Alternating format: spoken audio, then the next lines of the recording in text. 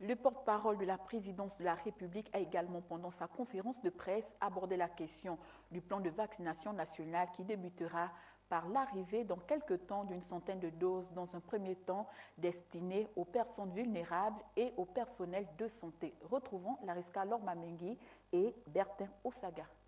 100 000 doses de vaccins venant de la Chine sont attendues sur le sol gabonais dans le cadre de la riposte à la Covid-19. Jessiela Ekoga l'a indiqué en précisant que ce vaccin aura un caractère facultatif, quoique fortement recommandé. La vaccination va permettre de mieux protéger les populations, de mieux protéger les personnes qui risquent de développer des formes graves. En attendant la vaccination, pour l'instant, on a le respect des mesures barrières. Et on a des décisions qui sont certes difficiles à prendre, mais qui aujourd'hui sont salvatrices. La vaccination apparaît comme la solution pour le retour à notre vie normale.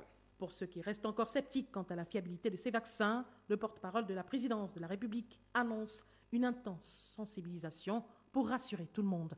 C'est une réalité, on a le droit de se questionner. Maintenant, notre travail, le travail du gouvernement et de l'État gabonais, ça va être de sensibiliser, d'expliquer et de démontrer. Les vaccins pour lesquels le Gabon a soumissionné et a des discussions ont de très bons résultats. En ce qui concerne l'heure du couvre-feu, qui est encore contestée par de nombreux Gabonais, le conseil spécial chargé de la communication présidentielle a expliqué que le but recherché est de limiter les interactions sociales, donc les sorties extra-professionnelles qui contribuent, selon le porte-parole, à la hausse de contamination. Des restrictions qui ne seront pas éternelles et qui pourraient être assouplies une fois que l'on atteindra la barre de 50 contaminations jour.